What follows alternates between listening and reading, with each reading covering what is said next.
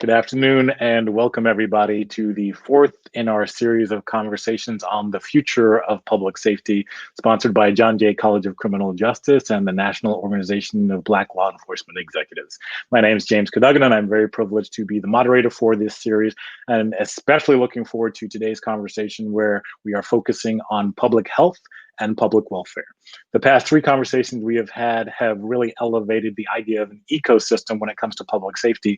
And so many of our prior panelists have keyed in on the idea of public health as a critical driver of public safety and a critical element of our policymaking that goes undersung in our decision-making and discussions about how we get from where we are now, this moment of reckoning on racial justice and policing practices, to the new public safety that we want to create together.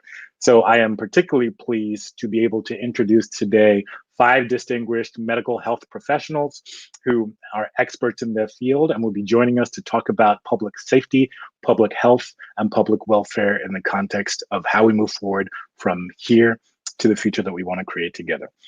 First up in those introductions is Dr. Nadine Gracia, who is the Executive Vice President and COO at Trust for America's Health.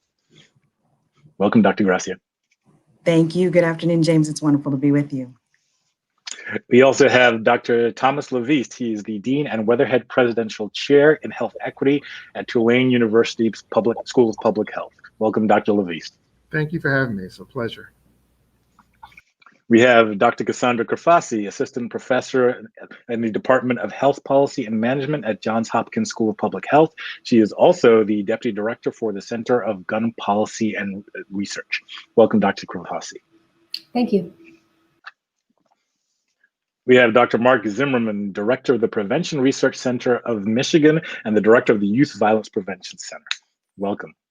Thank you very much. Appreciate being here. And finally, we have Dr. Howard Spivak, the former Principal Deputy Director at the National Institute of Justice. Welcome, Dr. Spivak. Hi, James. It's great to be here. Great to see you. So I couldn't be happier to have all of you here to follow up on the dialogues that we've been having over the course of the past 2 weeks. And really, I want to start with definitions as we've done before, but this is a little bit different.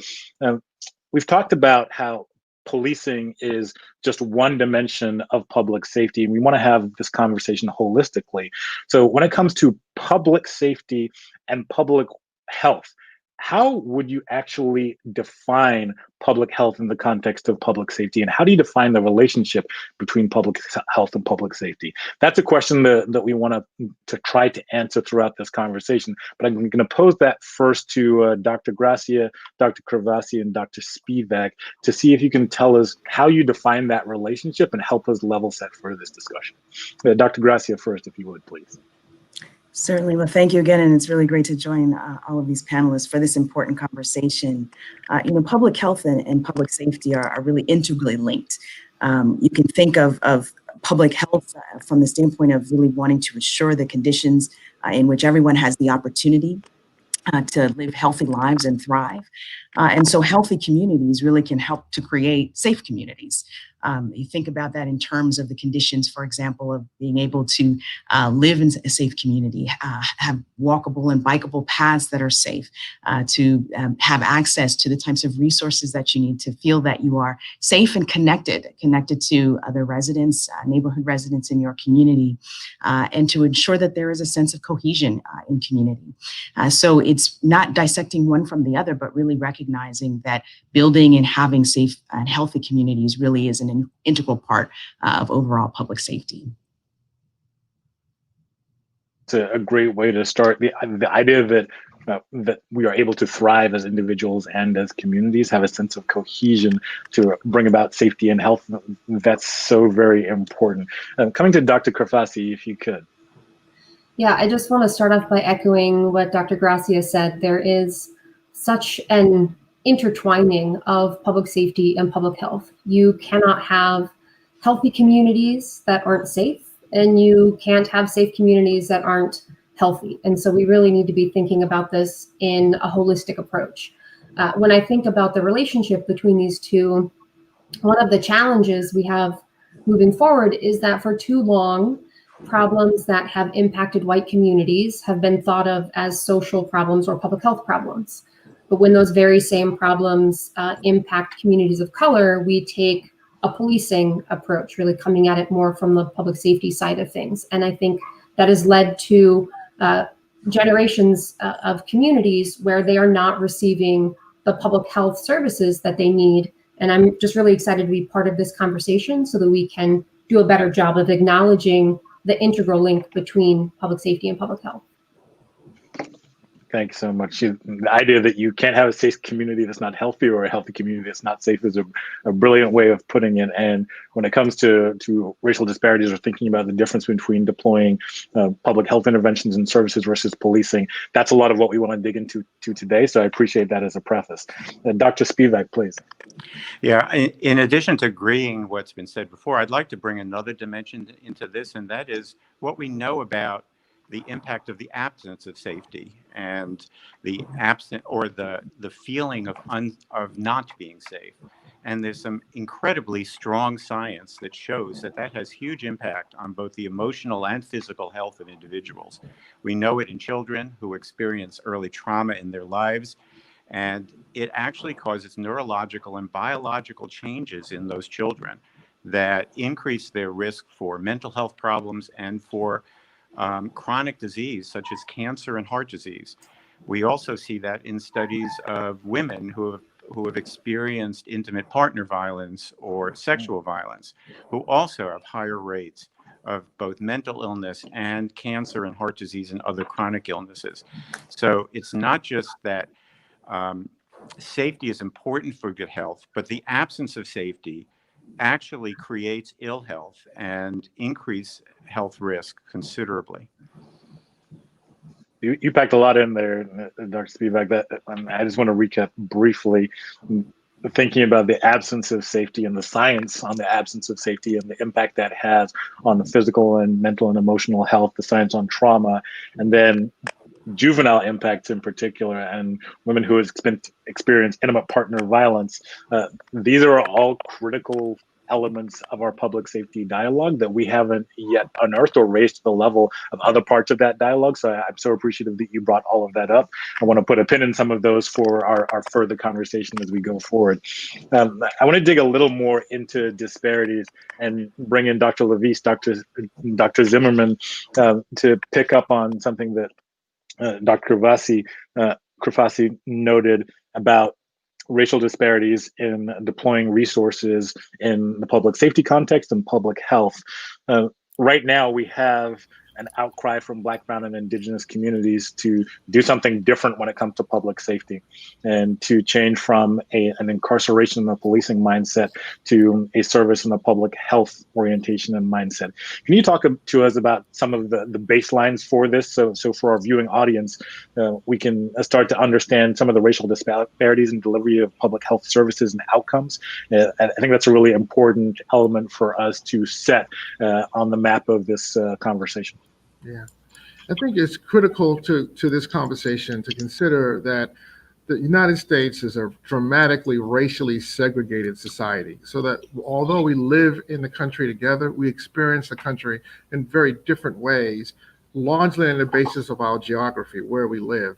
So many communities in this country that are predominantly African American are communities that are geographically isolated into communities that do not have an infrastructure that produces good public health or good health outcomes for people.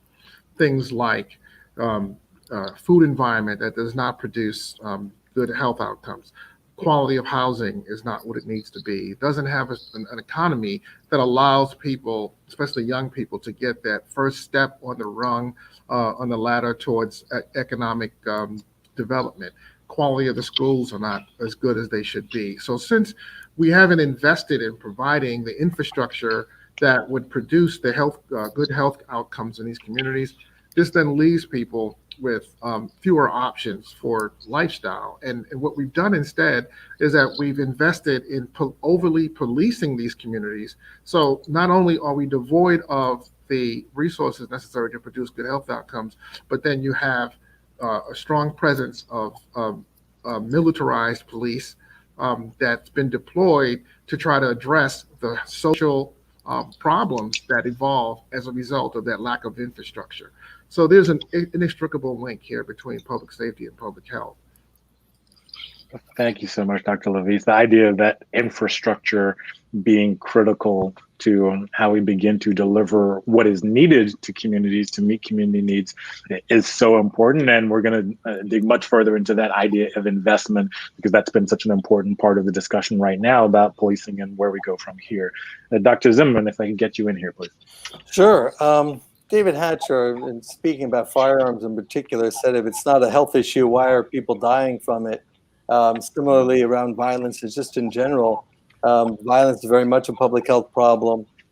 I think violence is where we kind of have arguments for why we need to have armed police. But I find it really interesting that we have, we're talking about public safety. And when we do that, we talk about the police. It's almost a euphemism for police. And if you think about safety, then why do they need guns? And where is the whole idea about how firearms are seen as a way to make us safe, when in fact a lot of research has been done to show that having a gun, you're actually more likely to be hurt by that firearm than you are to protect yourself. Individual stories notwithstanding, in general, that's basically the case. The other issues, things like 15-year-old is 14 times more likely to die of homicide if you're Black than if you're white, in terms of a disparity. That certainly isn't a result of just race, or just there's lots of other factors, socioeconomic and redlining. Some of the things that Dr. LaVeist was talking about are behind that. When we think about the idea that violence and safety has been in the realm of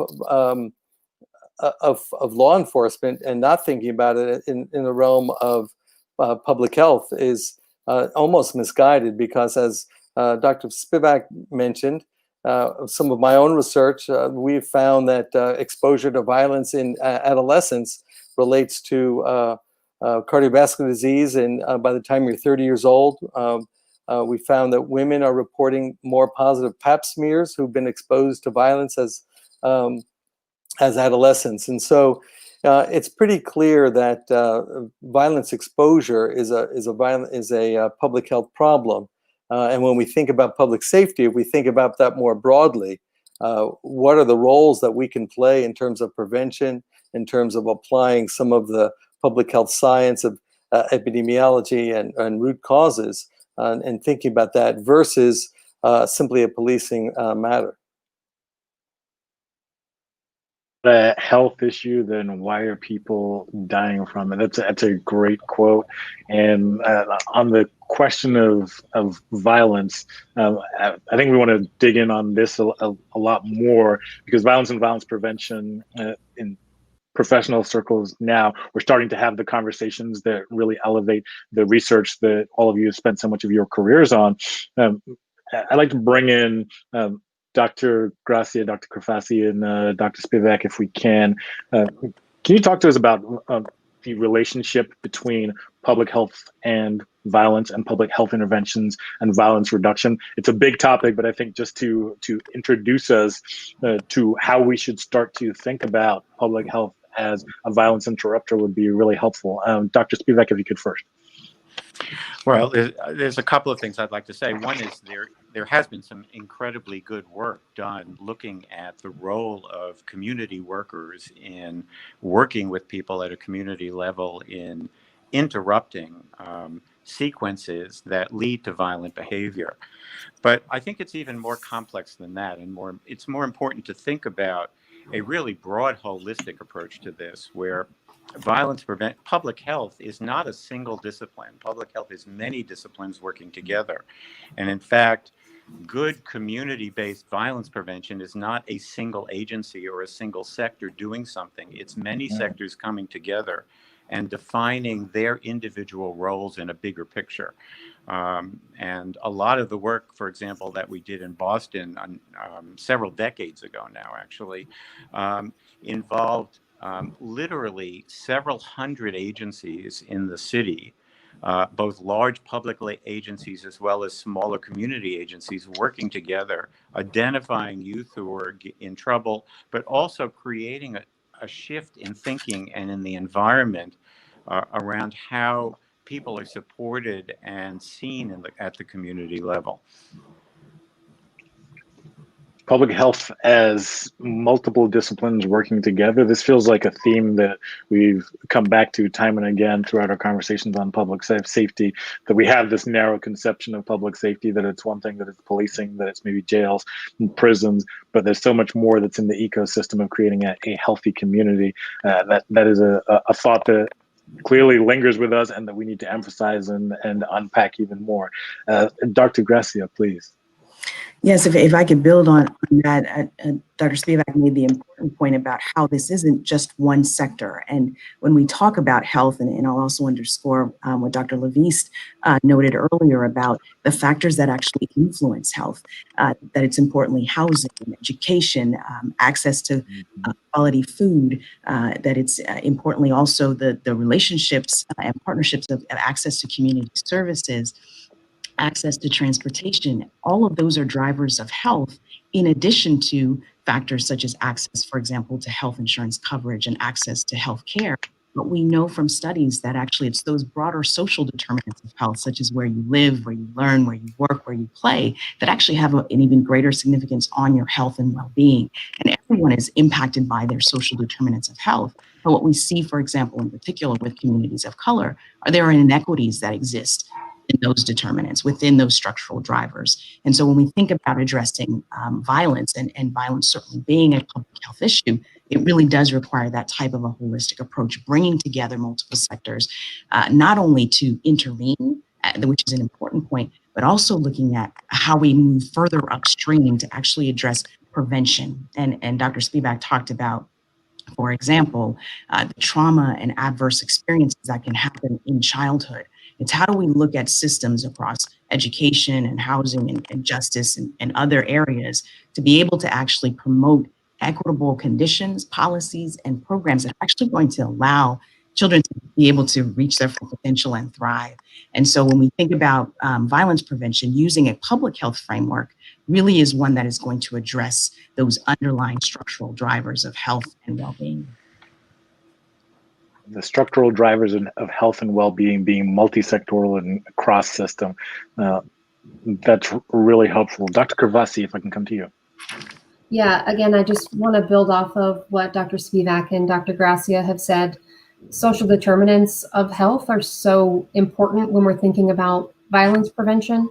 Unfortunately, in communities that experience disproportionately high rates of gun violence, they often, these important social determinants, there may be limited access or low quality, or some of these resources for these social determinants are just non-existent.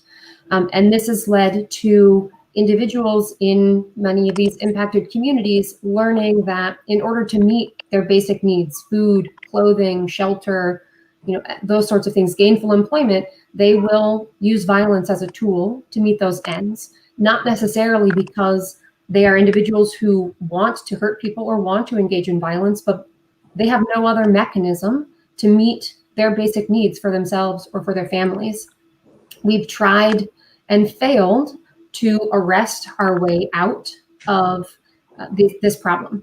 And we have mass incarceration as a result, and disenfranchised communities and individuals who are lacking still many basic resources and access to high quality education and employment opportunities. And we really need to ensure that communities are getting those public health benefits, getting the benefit of public health professionals applying the model such that these communities are not just surviving, but they can actually thrive, and the individuals in those communities can become productive members of society. I love that. And I actually want to stick with you three for just a second to follow up, because part of what we really want to do here is get specific about some of the programming or interventions that each of you in your capacities has seen over time that you think are helpful or that we should be exploring or elevating where they've been successful when it comes to public health and violence prevention, violence interruption, and creating those thriving and healthy communities. But on violence in particular, if I can start with Dr. Spivak, what have you seen and this is in some of the work that I know that you've done before that you think is successful that we should be continued to think about, elevate, and invest in when it comes to violence prevention and public health? Well, I think one of the basic underlying successes has been the ability in some communities to align services and interconnect services. One of the things we found in Boston was that there were often many agencies serving individual families, but not knowing that the other agencies involved were even involved. So creating communication among agencies, creating a sense of alignment so that agencies are working together and not at cross purposes is extremely important. I think that's one of the elements. I think a second thing is creating partnerships with the police and with the law enforcement system in a different kind of way, where law enforcement is working with other sectors of the community rather than trying to do it all on their own. There were relationships between the police department and the clergy around the city, for example, that greatly improved the ability to work with young people who are getting into trouble and needed more guidance and needed more intervention. The integration and collaboration between mental health services and the police was extremely important. So it's breaking down the silos and having agencies and disciplines and organizations working together rather than trying to fix everything themselves. That's a perfect encapsulation of so much of what we heard. And in particular, especially when we've had law enforcement panelists, they've stressed how much they cannot do everything by themselves and how they need the support of their counterparts in community organizations and other expert professions to do their jobs together. So I very much appreciate the break the silo effect that we talk about so often in government circles, but haven't done enough of, especially when it comes to public safety. Dr. Gracia, if I could come to you. Certainly, I think I take two streams. One is, for example, looking at issues of what we often talk about as a school to prison pipeline, and looking at the ability and role, for example, of public health to work with the education sector in addressing issues, for example, of creating safe and supportive school environments where, as was noted earlier, students of color disproportionately face disciplinary measures, whether that's suspensions or expulsions, and really looking at how to create positive school climates that actually don't use disciplinary measures as the first strategy to being able to address issues regarding behavior, issues regarding school performance. It's really setting policies, for example, that actually look at, are there underlying issues that are actually creating a less healthy environment, a less supportive environment for students in schools? Is there bias in the form of teacher education and training, and how they're actually, I should say, bias in the form of how teachers are interacting with students, and in particular, students of color, and implementing training. It's bringing in, for example, mental health services, especially for youth who may have experienced some form of trauma or adverse childhood experience, and seeing in those communities where actually then those disciplinary measures actually are decrease. And we know students who are subjected to, for example, those forms of discipline have a greater risk of becoming involved in the justice system. You can also look at examples, for example, of, and you brought this up earlier, James, with regards to mental health and substance misuse, that we've had very different ways in which issues of substance misuse have been dealt with in this country, where there's been criminalization of, for example, substance misuse in the 80s and 90s, which disproportionately impacted people of color.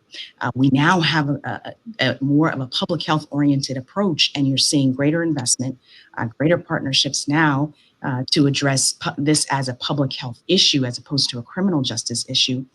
But more needs to be done to ensure that there are not continue to be disparities with regards to access to mental health services. We've seen programs, for example, where you bring together mental health services and law enforcement to be able to either do diversion from justice involvement, to be able to access treatment and services, and therefore then see, for example, a reduction in recidivism, seeing, for example, that when people are returning to their communities and that they have greater opportunity to be able to thrive, as opposed to reverting back to what might be the first thing that happens if they don't have a home, if they don't have a job, that they may then resort to having to engage in this behavior that then gets them right back into the justice system. So where we can actually bring sectors together to be able to address these issues and not, as Dr. Spivak noted, have it in a siloed approach, we see actually greater success. That's really helpful, and I love this is the first time we've talked about school to prison pipeline in this conversation, which is so important, and juvenile justice being so important, and the health components of that, creating the healthy environment that starts young kids, and especially Black and brown kids, off on the right foot and gives them the support they need to thrive, is something that we absolutely need to elevate. Thank you, Dr. Gracia. Dr. Crifasi. Yeah, so when we think about public health-based interventions that have been really key to impacting violence, I see the most successful ones as having sort of 5 key components. So they have interruption of violence, right? So violence is contagious and cyclical. And so if you can interrupt violence and start to change social norms about the appropriateness or acceptability of using violence to settle disputes, that can be an active component. As was mentioned by Dr. Gracia and others, there is a lot of historical trauma that individuals in these communities are dealing with. And so making sure that there is mental health services available, cognitive behavioral therapy, helping people change the way they think, right? So we can change their behavior. Job training, so that people can get the skills that they need so that they can achieve gainful employment. Importantly, any program needs to actually deliver the services that it promises. Too often we see public health interventions to reduce violence fail because there are not sufficient resources dedicated to actually providing the participants with the services that they need. And I mean wraparound services, housing, food, all those sorts of things that are necessary for individuals to be able to make a change. And then the final piece that I think is really, really important is that individuals are human. They are going to make mistakes. They may relapse and engage in the kinds of behaviors that we don't want to see. And so programs that allow individuals to make mistakes, but still move through the process, move through the program, are really effective. So for example, ROCA, Advanced Peace in California, or Ready Chicago, these are some programs that really take this holistic approach to improving the life of the individual and the community, and making sure individuals have what they need. And that can really change someone's path and their trajectory and keep them out of violent behaviors. Out is really useful in thinking about the 5 elements of combating violence. The one that I want to pick up on in particular, and this I would love to get some commentary from Dr. Zimmerman and Dr. LaVeist, is that services actually need to be resourced properly. And this is one of the big discussions that we're now having with respect to public safety and especially policing. The concept of either defund, divest from, or abolish the police is now splashed on headlines throughout the country. And we are having a live political debate about what public safety really means. So in this conversation, as we focus on public health, what Dr. Crifasi just raised, I think is a critical element of our dialogue. If we are considering, and if our policymakers and our elected officials and appointed officials are considering a change to how we apportion our resources, how should we be thinking about resources for public health interventions? And what does that look like in an ideal world? Dr. LaVeist, if I could come to you first. Yes, I think this is really important. So we talked earlier about this, what I called infrastructure or social determinants, right? So that infrastructure that's required to have a healthy community is the same infrastructure that impacts criminal justice or an unhealthy or violent community, in that the lack of infrastructure produces the violence, right? So it's the fact that we're not investing in these aspects of society that are required for a healthy lifestyle is also what is producing the violence. And this is really a resource allocation issue. I think that the terminology of defunding the police has really been an unfortunate use of a communication strategy, because what it's done is it's allowed some people to use that concept of defunding the police in its most literal sense of saying abolish the existence of police, meaning that no one will be available to answer 911 when the elderly citizen calls in for someone's breaking into their home. And as a result, people have been able to use it in ways that result in resistance to the actual concept, of which is to redirect the resources away from such an overemphasis on criminal justice and more of an emphasis on building out that public health and I would also say social services infrastructure that's necessary to have a healthy community.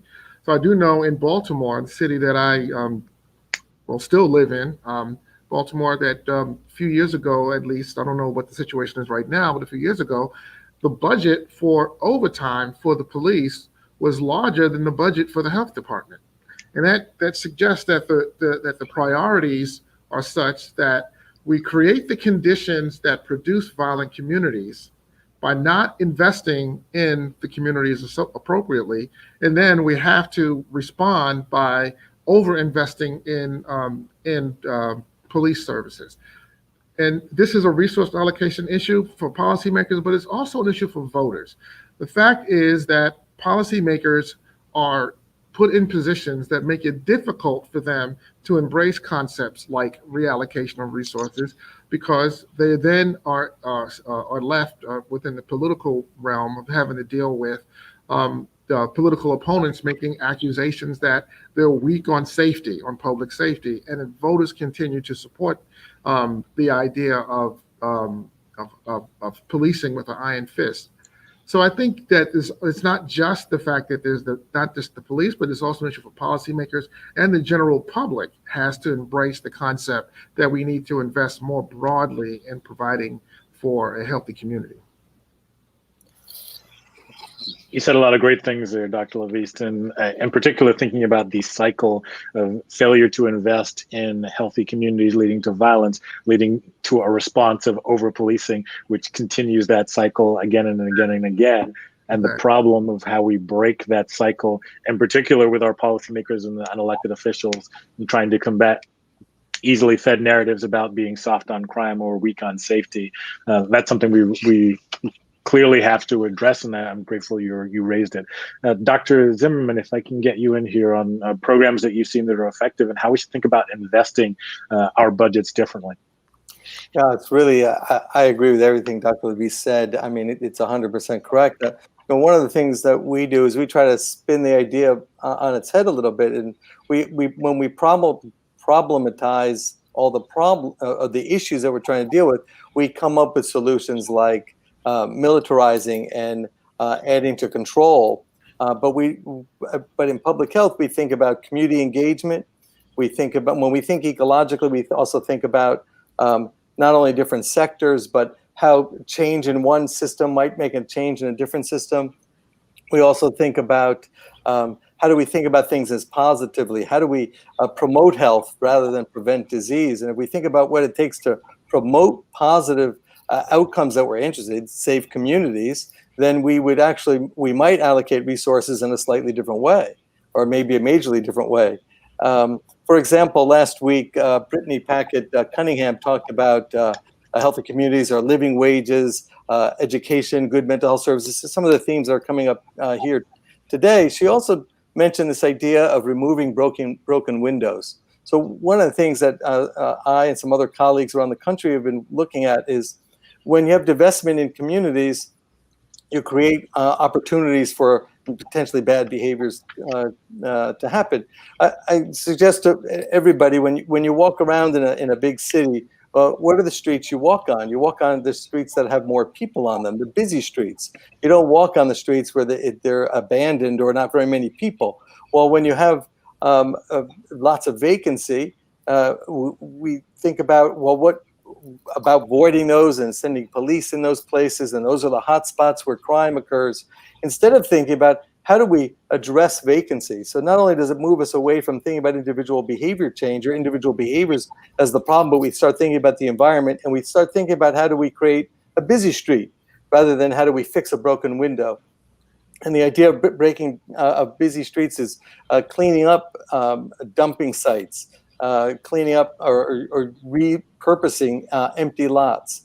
And researchers in Philadelphia, in your hometown, or it's not your hometown, but where you're now working, Dr. LaVeist, in New Orleans and up in Flint, where we're doing some of this work, we're finding there's fewer police incidents when these kinds of vacant places can be taken back, so to speak, by the community. And by engaging community in the process, there's community ownership and community investment.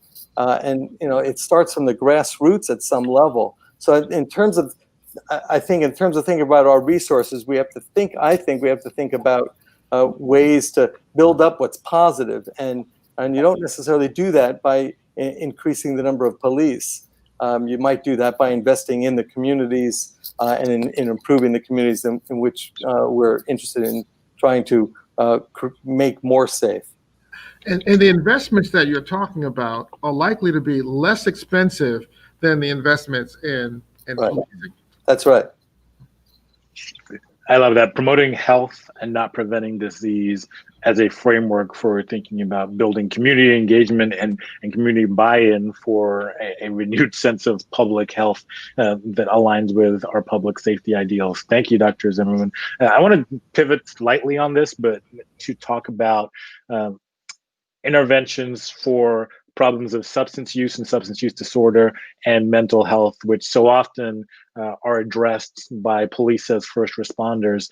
A lot of the criminal justice reform and social justice dialogue has been around a need to shift resources and to shift intervention to a public health model for those problems, which is fantastic. But I'd love to come to Dr. Spivak and Dr. Crifasi to talk us through and level set for us when we're thinking about problems of mental health and substance use. How do public health systems and public health professionals try to address those problems? Because I'd like to be able to draw the linkage and some distinction between that and the immediate law enforcement response that right now is customary in most jurisdictions. Dr. Crifasi, if you could. Yeah, so first I would just say that any law enforcement response to a substance use issue or a mental health, behavioral health issue should be the last resort. But when police are needed, there are some instances where there is a weapon involved or a threat of violence, threat of harm to oneself or others. Any interaction that individuals who are having a substance use issue or a mental health issue have with police that really should serve as an entry point into treatment rather than an opportunity to have someone further interact with the criminal justice system. We've spent way too many of our limited resources trying to arrest our way out of the drug problem in this country by focusing on the supply side of the issue, which has gotten us very little in the way of benefits. We have mass incarceration. We have individuals who are separated from their families. We have people who can't find gainful employment because they now have to check a box on an employment application or a housing application. So rather than continuing this approach that has failed us over the last several decades, we need to be focused on the demand side. We need to be taking a public health approach where any interaction is met with an opportunity to be diverted into treatment or services. We need to take a harm reduction approach where we know that there are behaviors that individuals are going to engage in with regard to substance use, for example, but there are ways that we can minimize some of the harms associated with that. And we can meet people where they are. It often takes individuals who have a substance use disorder many, many times seeking treatment before they actually are able to become sober. And if we arrest someone when they're trying to purchase drugs rather than diverting them into treatment, that's a missed opportunity to divert someone into a less expensive and more effective strategy for addressing that issue.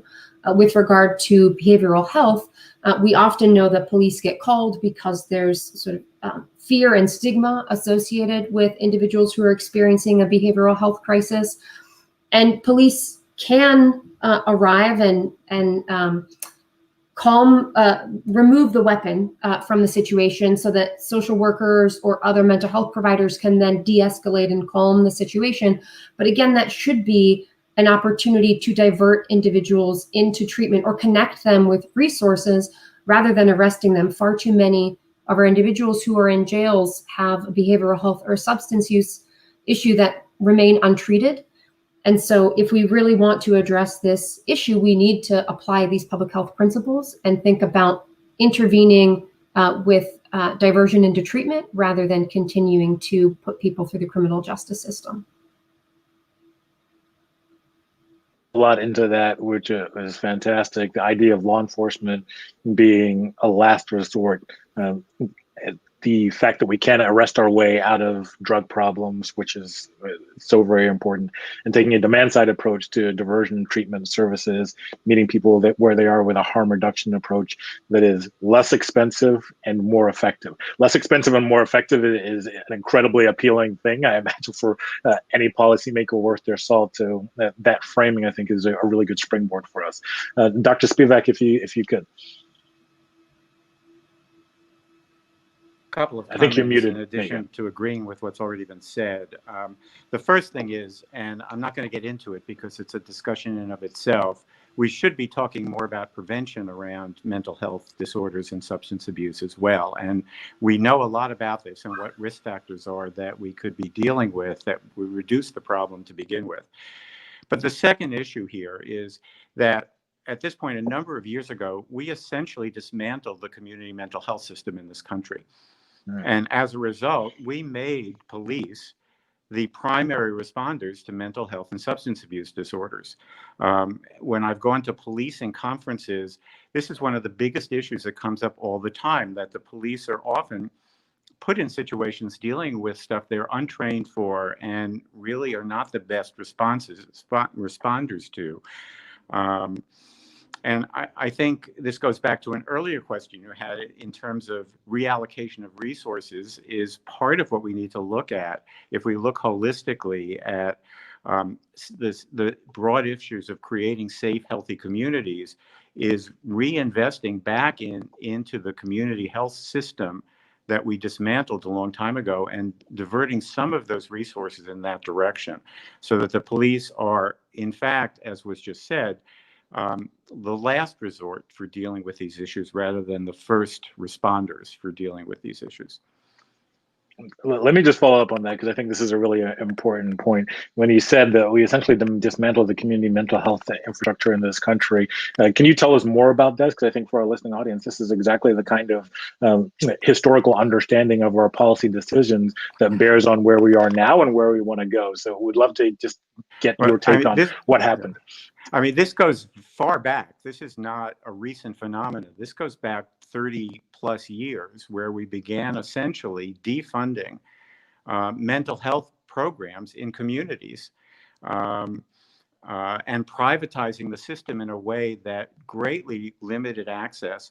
Most insurance programs don't cover mental health services. People are paying out of pocket in a lot of cases.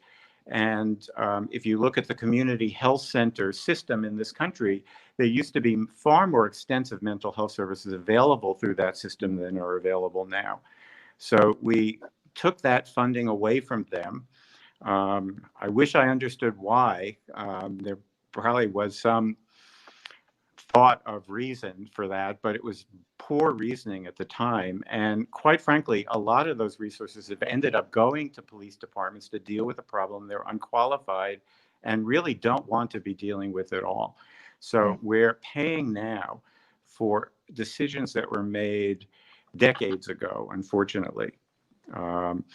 And this is an issue for everybody, but particularly for communities with limited resources and with high density of poverty.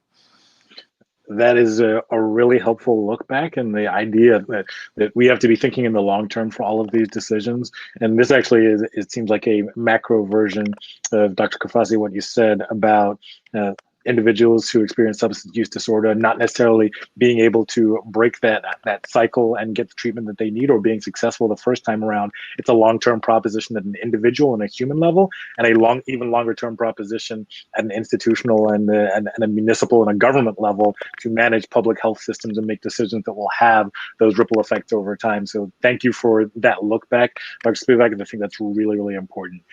Dr. Gracia, if I can come to you on this as well. Spivak really talked about the dismantling really of the mental health system, and I think that's such an important issue and framing to understand. There's also a fragmentation of the system when you think about the access to services. We know, for example, that communities of color have less access to mental health services.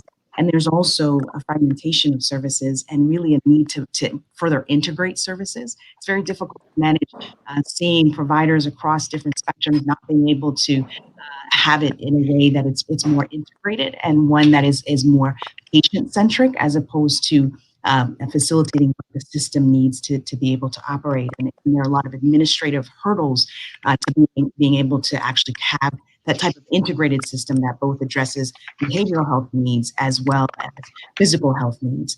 And then looking at the quality of services, especially when we look at disparities that can exist with regards to access and availability of mental health services, is also ensuring that those services are culturally appropriate, that they're culturally sensitive to the communities. As Fossey noted, there is stigma that is still associated with mental illness and substance use disorder.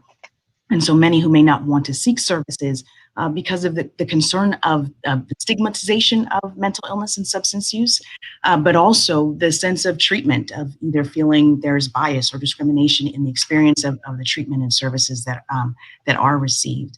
I will also want to emphasize, and Dr. Spivak mentioned it and said it could be a whole talk in and of itself, but I think it really is very important, is that whole continuum, that it's important on treatment and recovery, that treatment is effective, recovery is possible, but also moving further upstream to really address prevention. We've talked about trauma, we've talked about adverse childhood experiences. And when you look at the data, adverse childhood experiences, whether it's experiencing abuse or neglect, witnessing violence, having some type of family separation, such as a parent that's incarcerated, it's actually common that over 60% of adults actually have had at least one adverse childhood experience, but it can be prevented. And so when we think about the social and economic conditions that can indeed promote health, having access to a livable wage, living in quality, healthy housing, being able to go to have access to high quality healthcare and access to quality education, those are critical elements when we think about a holistic approach to prevention of trauma, prevention of adverse childhood experiences, and prevention of substance misuse and suicide prevention. And I think we're seeing that really highlighted now in the context of this pandemic, of the COVID-19 pandemic. We're seeing higher rates of anxiety and depression, early preliminary data that are showing higher rates of substance use. These are the issues that we're going to have to grapple with as a nation when we think about really addressing systemic transformation to be able to promote health for everyone. I love the fact that you brought up COVID-19, which is the tragic and devastating natural experiment of what happens when our public health systems are put under pressure in an environment in which they're not equipped to do what we would want them to do in ideal circumstances. But just to recap some of the things that you said that I think are really important, the fragmentation of services, especially for communities of color, having culturally appropriate services and trying to make sure that we combat bias in delivery and receipt of services is so important.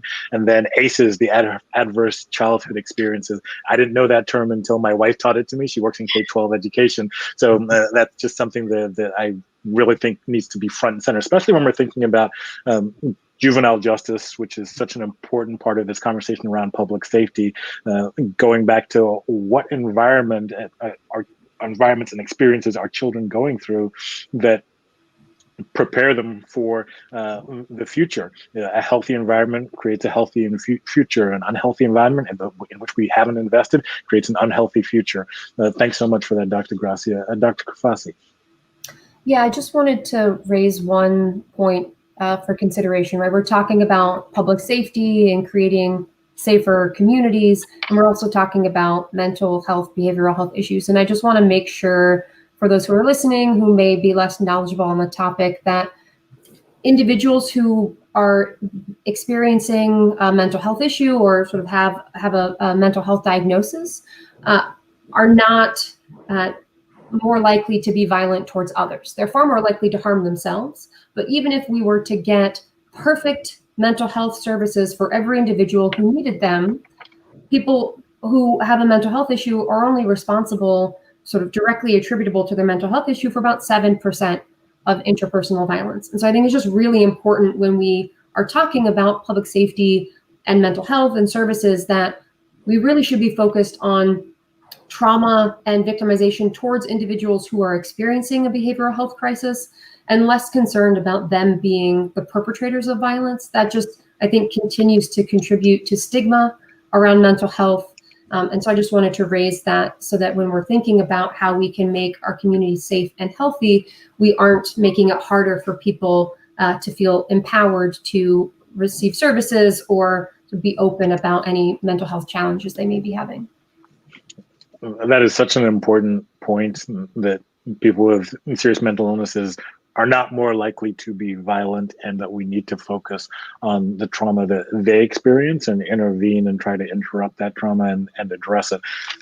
Thank you so much for making that point and clarification, Dr. Crifasi.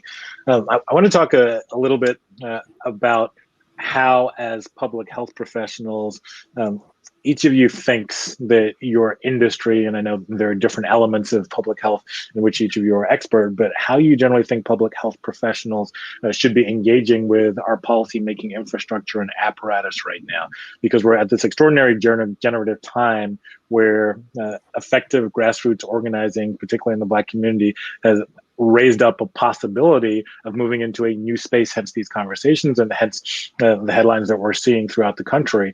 But if we're going to move forward and craft solutions at a policy level that will bring about the ecosystem and holistic approach to public safety that includes a heavy emphasis on public health, then that's going to require expertise of folks like all of you. So I want to bring in Dr. LaVeist, if I can, and Dr. Zimmerman, just to give us some of their perspective on how you would see us changing the engagement between the public health profession and our policymakers and decision makers and elected leaders. Absolutely. This is a vital question you're asking here. It is absolutely vital that public health professionals be engaged with policymakers, but that engagement must involve not only providing our expertise about what we know works or could potentially work to improve the health of communities, but also we need to understand how we can work with the policymakers to help them to frame those interventions in ways that are politically palatable, which helps give them cover that's necessary to be able to come out and advocate for these sorts of policies. Right now, in many parts of this country, if you want to get elected, the best way to do that is to gain the support of the police union, say that I'm going to increase the budget for policing and I'm going to crack down on those violent people living in that neighborhood over there where all the violence is happening, right? That we know is a often successful strategy for getting elected. We need to help policymakers to be able to craft different messages. And then we as voters, the community, need to be willing to respond to messages that talk more about investing in the creation of healthy communities rather than investing in cracking down on people that are who are engaging in behaviors that result from the lack of investment.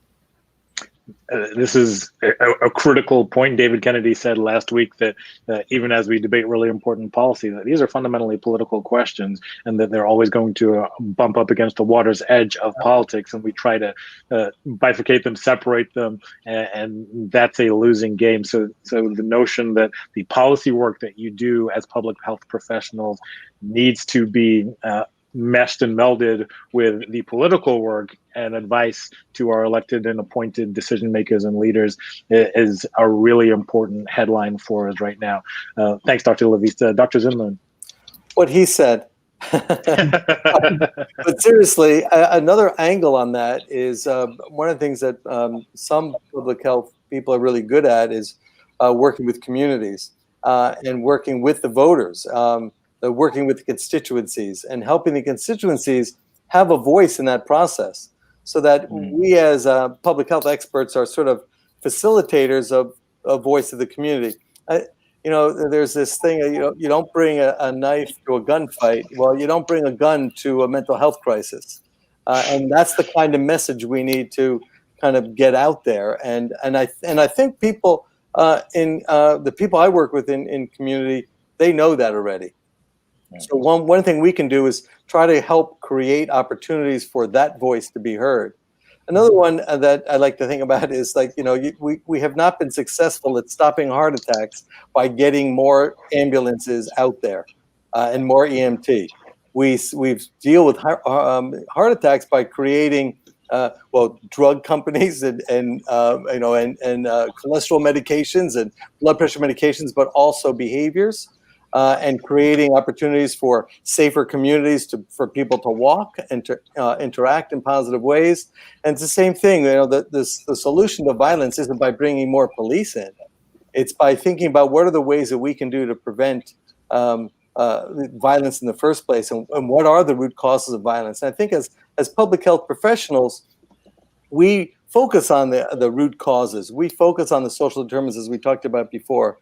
We talk about the multiple systems that have to come to bear to address these issues, and think about the economics and the education, and how helping policymakers see all of these connections so they can do the thing that Dr. LaVeist said regarding reframing the conversation. Because you're right, the low-hanging fruit, the easy thing is to say, I'm going to make you safe. And we're hearing it right now. I mean, it's happening today. There's some voices that are making the sense that the world is falling apart, and COVID notwithstanding, our cities are safe, our places, their people are living full and vibrant lives, and we're not focusing on that. We always are. We're focusing on the problems, and I think that's one way that public health can bring to bear the idea of promoting safety and engaging voice, community voice, and thinking about ways to study that is experimental and with rigorous methods. Can I add one more thing to that? Yeah, please. That I think those of us in public health also need to look internally, because notwithstanding those of us that are on this webinar that I know are engaged in the political realm as well, public health has been hesitant to engage with policymakers, to engage with politics. I understand why. When politics meets science, science loses. I get it. But we do need to learn how we can engage in ways that can help policymakers to make better decisions, how help them to be able to incorporate these public health solutions into their policymaking. I love that so much, because that is an easy line to draw that has significant consequences for the quality of the policymaking that happens when we don't have public health professionals either willing to engage or meaningfully engaged by our elected and appointed officials. And to Dr. Zimmerman, I think concept of don't bring a gun to a mental health crisis is another thought that's going to linger. And I'm putting a star by that one. Yeah. I want to bring in Dr. Gracia and Dr. Spivak to speak to the same question. Both of you have worked in the federal government, and you've been on the receiving end of questions, and you've asked questions and spent time thinking about how you manage the apparatus of our government in thinking through healthcare, health supports, health interventions, and public safety. So we'd love to get your perspectives on where you see opportunities for public health professionals to better and more effectively engage the administration, whether federal, state, or local, of our government. Dr. Gracia, if you could. Certainly. Well, I think both Dr. LaVeist and Dr.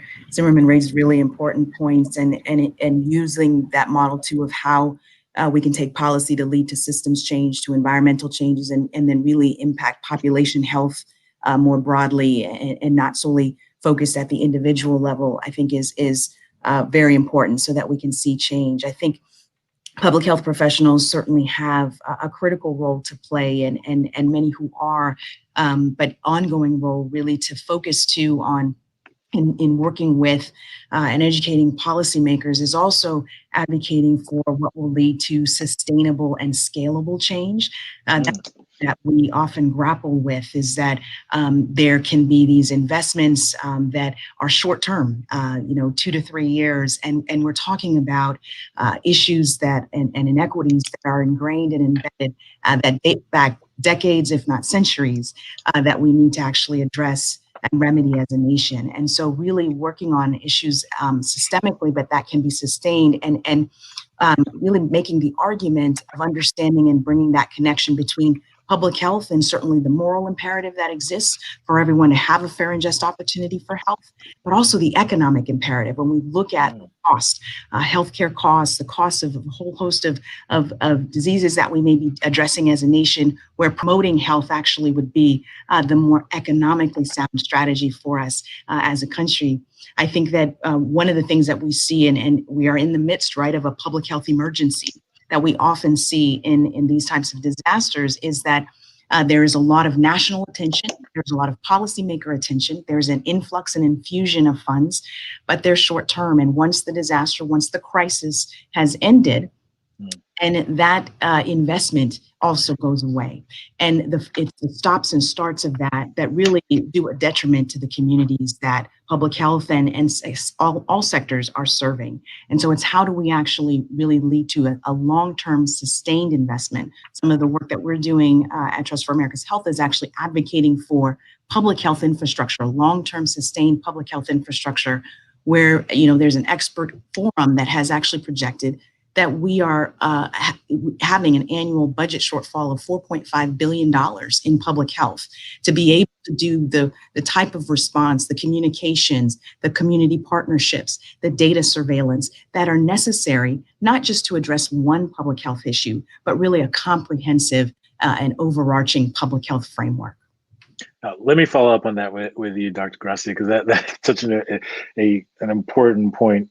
Sustainable and scalable change, and the pursuit of investment that isn't just 1 year or 2 year or 3 year money, but resources that will allow a program to flourish, allow you to evaluate it, and then go forward with whatever adjustments are needed to make sure that the intervention is effective. It seems like an inherent tension, obviously, in all policymaking, but specifically with respect to public health. Well, what's the obstacle? And as you're tackling this and thinking about the programming that you're building and advocating for, what are some of the biggest hurdles that you have to overcome? Because I think for our viewing audience and for the conversation that we want to have, we really want to think practically about ways that we can galvanize support for the kind of work that you and the rest of our panelists are doing.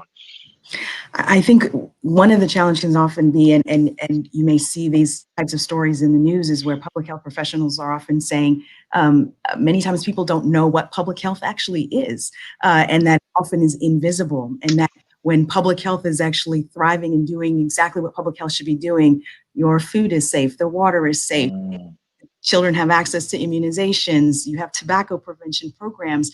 And so it may not be until a crisis that you see the role of public health, because it may seem to you behind the scenes and not as clearly evident as the role, and yet it's so essential, not only to the health and well-being of the nation, but really the economic vitality of the nation, as we see when we think about having healthy children who become healthy students and learners who then become the healthy workforce. And as we think about our aging population, we think about a diversifying population, all of these issues that promoting the health and well-being and equity of our country, that's also important to the vitality of our nation as well. I think another area is in thinking about the public health system, that sometimes the results and the outcomes are going to take time. And when you have either funding for a short period of time, or you have these cycles, whether they're election cycles or other types of cycles, to see the results, that you may not see the impact for beyond a 5 or 10 year period, but you can see incremental measures. And so it's also looking at how do we measure progress, because the investment is actually worth it. But sometimes there is a desire to see a reduction in a health outcome in a year's time, when recognizing that you actually need additional time and you need that sustained investment.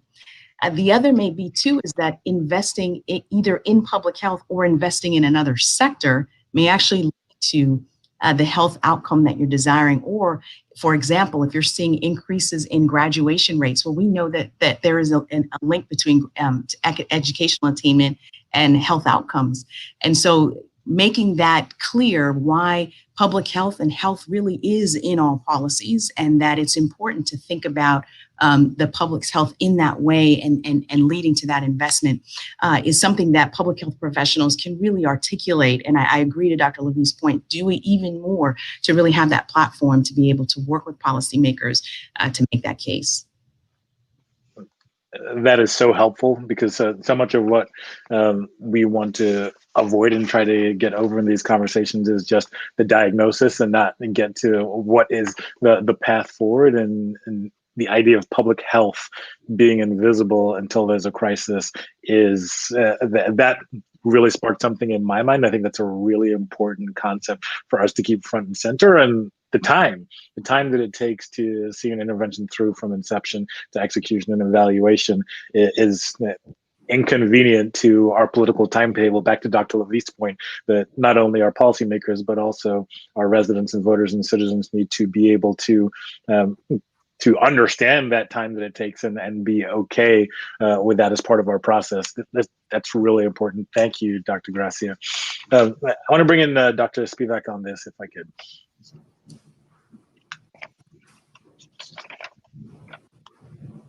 There's 2 points I actually want to make that I think are particularly important from a policy perspective. One is public health and medical care are not the same thing. And I think far too often policymakers see public health as medical care. Medical care is a system that's been built up primarily to treat disease.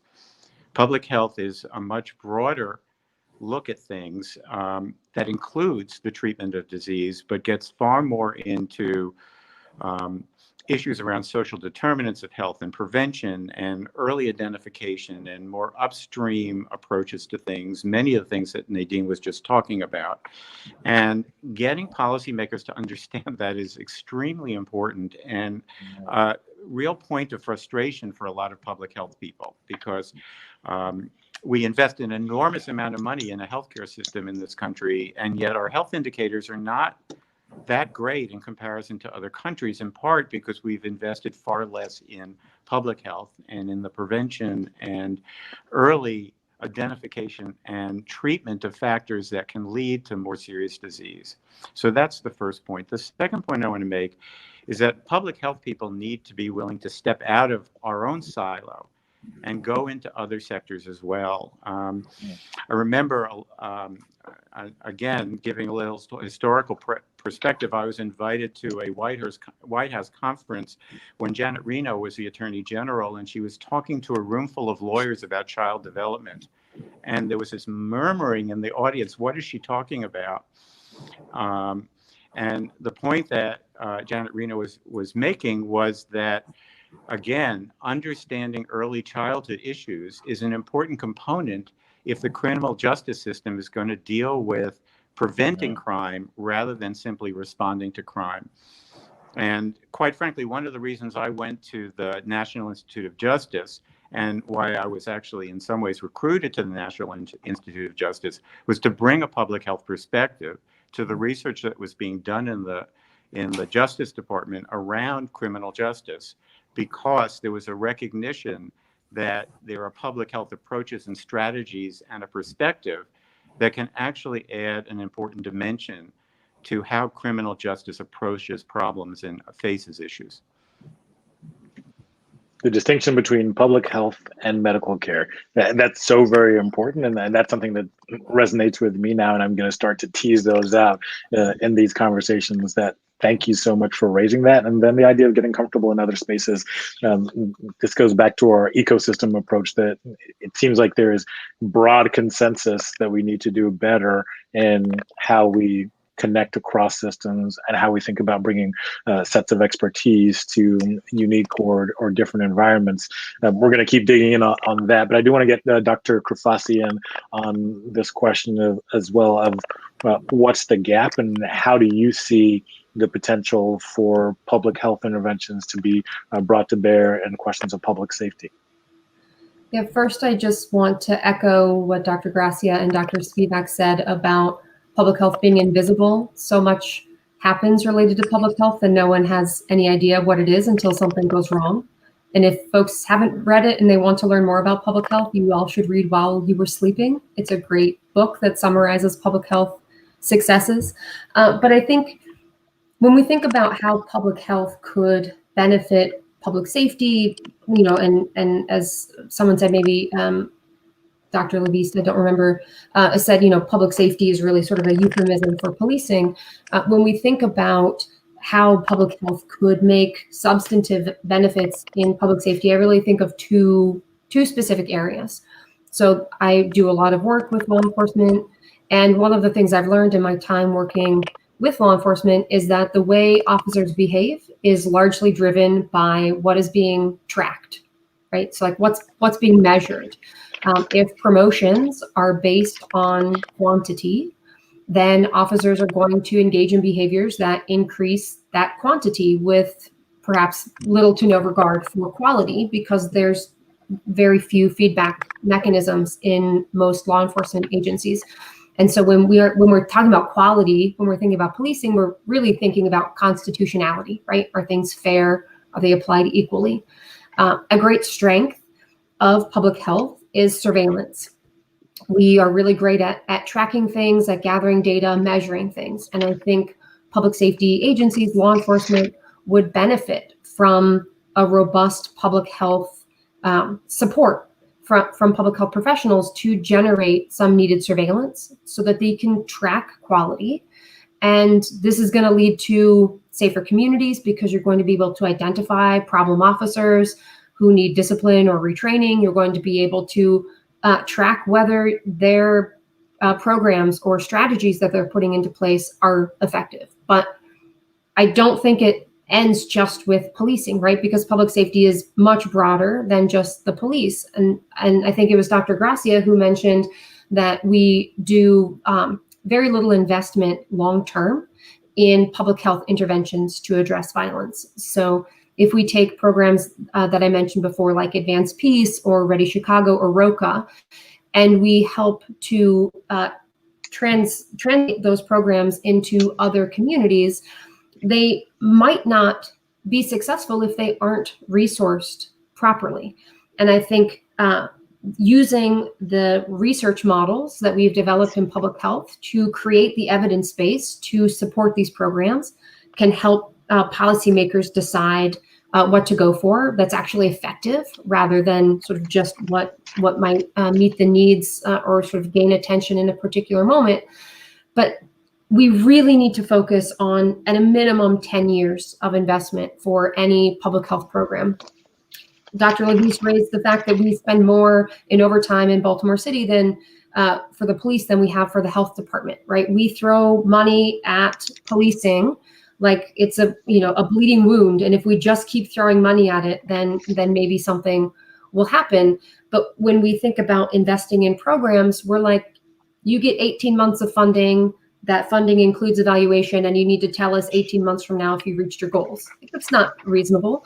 And so I think public health professionals really need to advocate for sustained long-term funding to invest in these programs from a public health and community-based approach, as well as applying surveillance principles to improve the quality of policing.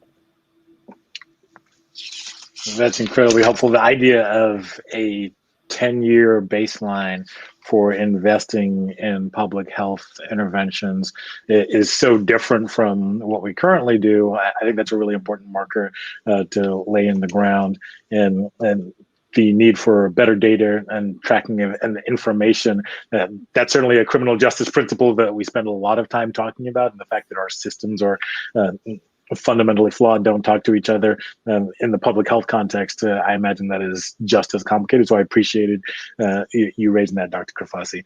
I want to bring in Dr. LaVeist and Dr. Zimmerman just to follow up on this question of evidence and policymaking, because one of the tensions that we've seen over time is that we can devote resources to building the evidence base, and we can devote resources to the policymaking and engagement.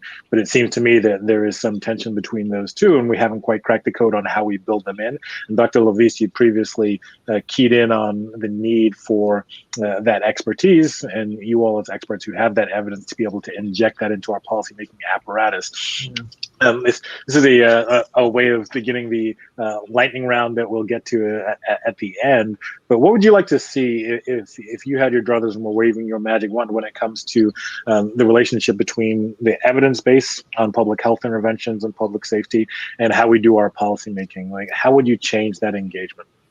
Yeah, I mean, it would be spectacular if we could do that. But the problem is the 10-year time horizon that much of what we do requires exceeds the term of office of virtually every policymaker, right? So a successful mayor with 2 terms is going to be in there is going to get 8 years. And then any benefits that come from that investment that happened during that term in office is going to accrue to the successor. And I think this is an important and very, very real issue. I mean, I've had conversations with policymakers about this very issue, and in some cases, they've been willing to speak very openly about this. This is an issue. If we make this investment, it's not going to accrue to me. It's going to accrue to whoever is going to be in this office at some point in the future, and I need to get reelected.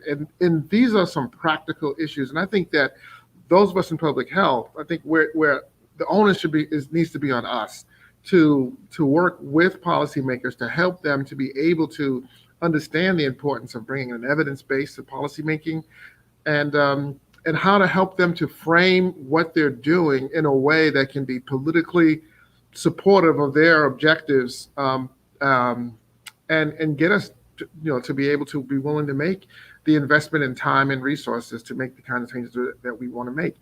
And I'll tell you, it's very difficult. I've had many of these conversations, and it's very hard to figure out how exactly to do that. And I can't say that I have a great answer, but I'm looking forward to hearing my colleagues on the panel maybe educate me on how to do it. Well, I very much appreciate you raising it first and foremost, because in the words of James Baldwin, nothing that isn't faced can be changed, right? So the idea of the mismatch between the 10-year time horizon that you'd like to see for public health interventions to be tested, and then the relative terms of office for basically all public officials except maybe the FBI director, and those don't match up, and we need to figure out how to navigate that disconnect.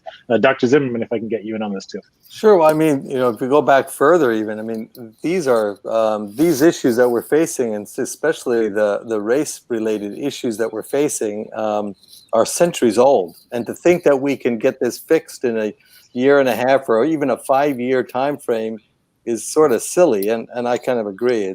But we have to change the narrative is the bottom line. I find it really fascinating. A couple of things I find fascinating. One is that with all the policing that we've done over all the years, and with all the money we've thrown at policing, violence has abated a little bit, but we haven't eradicated it. So why are we continuing to do the same thing? I think it was Einstein who said the real mark of insanity is doing the same thing and expecting a different outcome. And I think we really have to rethink and reframe and redirect. So to me, it's like I think we have to reframe the question and our approaches. We have to recover our communities. We have to focus on the strengths in those communities. We hear about, for example, I do a lot of work in Flint, and we hear about the water crisis and this, that, and the other thing, and we hear a lot of negative things about Flint. But Flint has a rich history of community organizing and community engagement, and we need to take advantage of that. And we need to do that in ways that is sustainable and kind of maybe redirects some of our resources. So in terms of thinking, reframing, I always found it interesting that in the 80s and 90s, I think Dr. Gracia mentioned this, that we had a drug epidemic of heroin and cocaine, and it was called a war on drugs. We have a drug czar, right? But as soon as it became more of a problem, as soon as drugs became more of a white problem, it's an epidemic. And we throw millions and millions of dollars into it, and we throw it in ways that are not policing and not law enforcement. We throw it into medicine and prevention, naloxone, and training police to implement it. We do prevention. We're working with physicians on not using opioids like candy. We're talking about different programs that we do in schools. So we reframed it for that purpose. And honestly, we are making some inroads in the opium epidemic. We could do the same thing with violence if we had our minds to it. So I think one of our jobs, and you've heard some of the things that public health professionals do, but I think one of our jobs is to use evidence-based data to help drive and reframe the questions that we ask and how we ask them. Two things you said there that are just massively important. Number one, taking advantage of community organizing and having public health be part of, as I mentioned before, that incredibly effective political work that is currently ongoing at a grassroots level.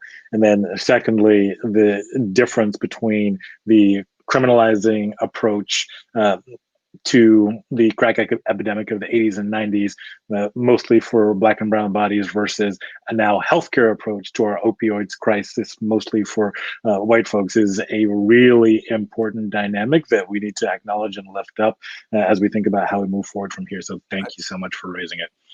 We only have a few minutes left, and this is raced by, and I want to do the lightning round question that I do at the end of each of these sessions, which is to turn to each of you, our distinguished panelists, and ask if you could wave your magic wand and have three things happen right now that you think would set us on a path to being able to define a new and generative and community-serving future of public safety. What would those three things be? And I'm going to start with Dr. Spivak.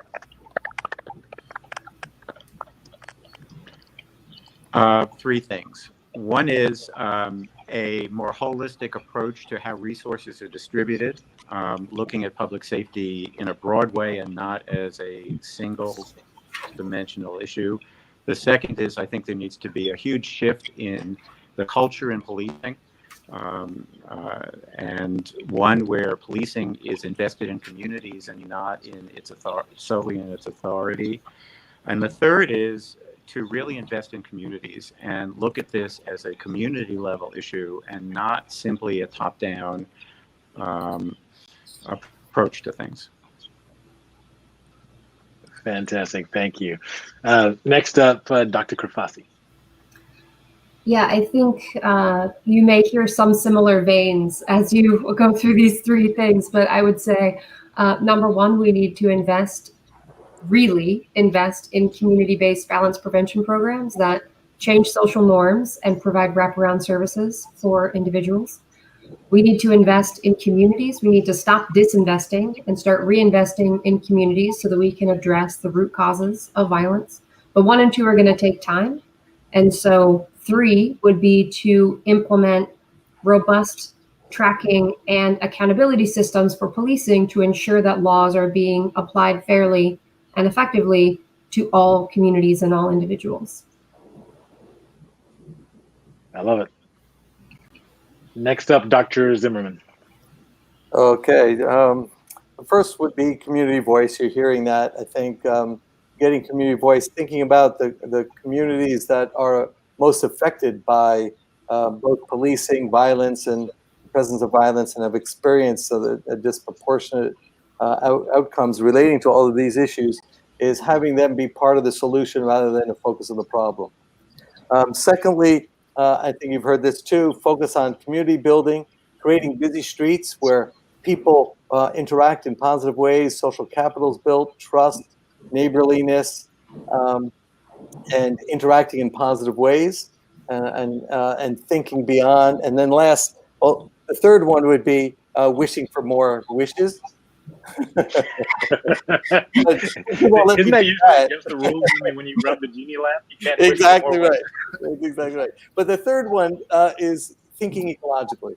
Thinking, we've heard that, we've heard this in different ways, but thinking ecologically, thinking about the multiple systems, the resources necessary, the interaction of systems, and thinking about how we can address this problem not from one specific perspective or another.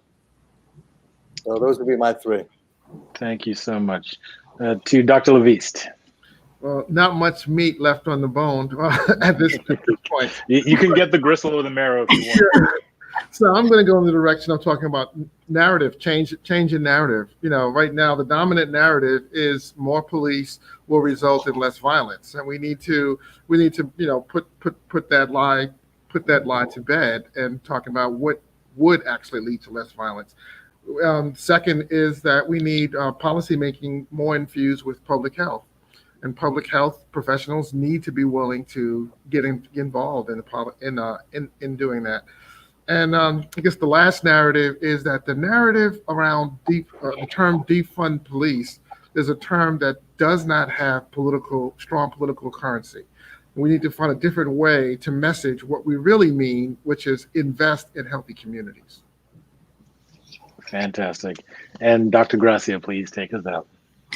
Absolutely. Just great suggestions from everyone. I would say one, given that this is such a grounding conversation in public health, is to invest in public health and invest in public health and social services and the infrastructure, because as we're asking public health to do more and more, the field is chronically underfunded, including a diminishing workforce that, especially in economic recessions, sees a great loss of its workforce. And we are seeing that now, certainly with the context of this pandemic. So one, investing in the public health infrastructure and social services that can help support communities.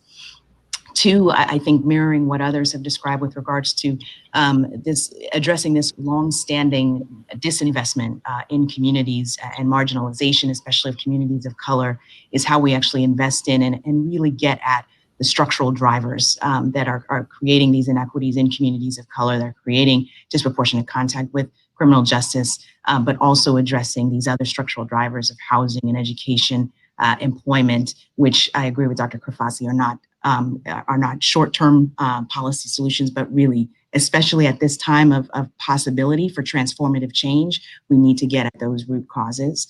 And thirdly, and I think I agree with all of the comments here, I wanted to add this because we spent so much time in speaking of mental health and substance misuse.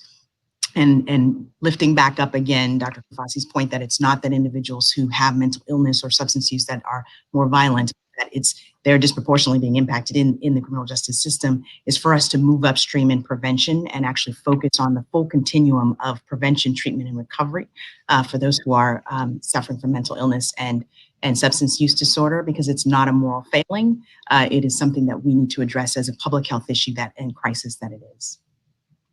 That continuum of care is a perfect way to close out this conversation. I want to say thank you to Dr. Gracia, Dr. LaVeist, Dr. Spivak, Dr. Crifasi, and Dr. Zimmerman for your time today. Your perspective is invaluable to this conversation on where we go in the future of public safety. And I'm just so excited to have been able to talk to you for the past hour and a half, and I wish we had time for more, but certainly look forward to the next. And to our viewing audience, this brings us to the end of today's conversation. We have 2 more left in this series, and I trust that they are going to be just as generative when it comes to thinking through the next steps that we can all take practically to capture and define a new future of public safety and think more broadly about the ecosystem of safety as we move forward together in our communities across the country.